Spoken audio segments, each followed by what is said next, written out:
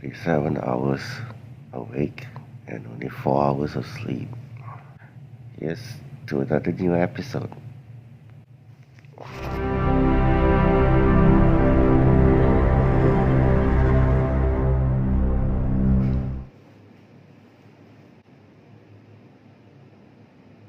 My heart rate is kind of stabilized around 69, 70-ish. But it's something you don't know. Maybe can you tell?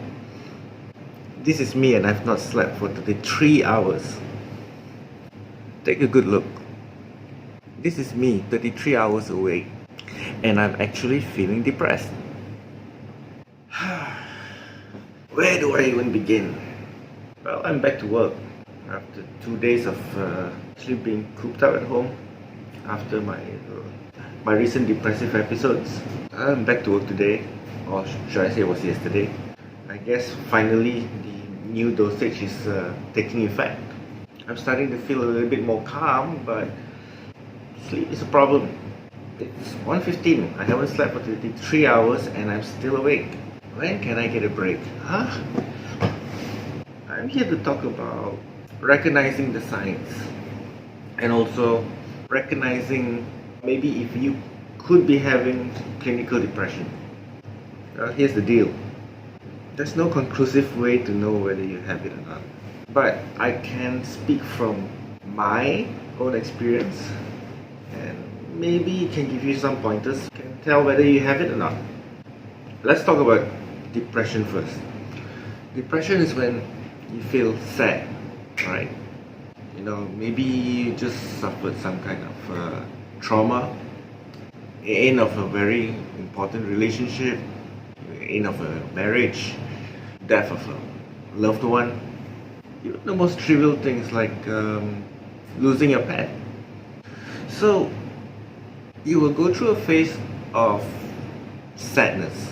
But of course, you go through several phases of grief. First is, of course, the state of shock, and then followed by a state of denial, where you actually can't believe that this thing has happened, and then it comes slowly into the phase of acceptance, that you're actually accepting that this thing has happened, and then you go through the phase of grief. I'm sure a lot of you have heard about cry, let it out, and then eventually when grieved enough, you would have gotten over it. Now that is depression. It is. Sadness is depression, and if everything goes well, maybe within weeks or months, it will just fade away and you'll find some normalcy back in your life. You want to get back into a routine in your life. So you have to be very honest with yourself. Let's say this thing has gone on for like 3 months and you see no sign of letting up. It's still going on at the same level. If you felt sadness like this level and then it's slowly going down and down and down and down, you're healing. But let's say it just somehow flatlines and you still feel the same way over months and then it becomes years. You have to realize that something's not right. This is not normal. And when it's not normal, that's when it becomes clinical depression. For me, that's how I look at it. Because I've had depression in the past. When I was 21, when I was 31, and then most recently when I was 41. Coincidence. But the point I'm getting at is, I've had depressions and I've actually come out of it. But the one that really stuck on happened when my dad passed away in 2014. For about 3 months, 6 months, it just went on just as I thought I was getting better.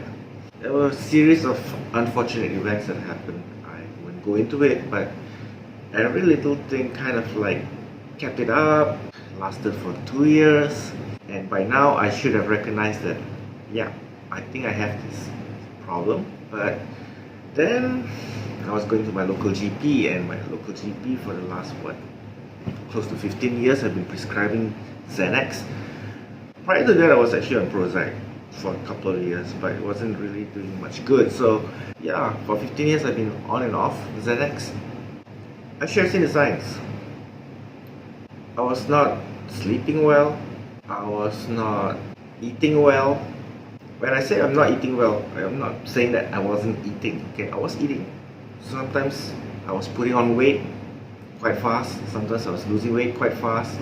Put things into numbers, I was 68 when I was 21, and when I went through my first bout of depression, from 68 I dropped to 51, and then it went back up to about 60 something, and then when I was 31 I dropped from 78 to 62. Now that I'm 41 going on 42, I was 84, and now I'm 67 and still falling. I'm not sure, maybe it could be 66 right now. So it's that trajectory of weight. It's not great, because weight loss can actually affect your physiological health, and one of the things that it actually affects is sleep. You have to recognize it. You have to know that you are actually going through it. Only you will know that you have actually felt this for more than 3 months. I will just say 3 months, okay? Maybe there is no exact number. If you're not getting better after 3 months, could probably stick for a long time. So like in my case, so it went 3 months, a year, 2 years. I should have seen the sign, but no, I didn't see the sign. I just took it like, yeah, you know.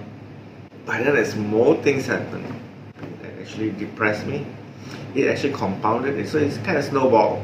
It came to a point where in March of this year, 2019, it all kind of snowballed into a point where I just snapped.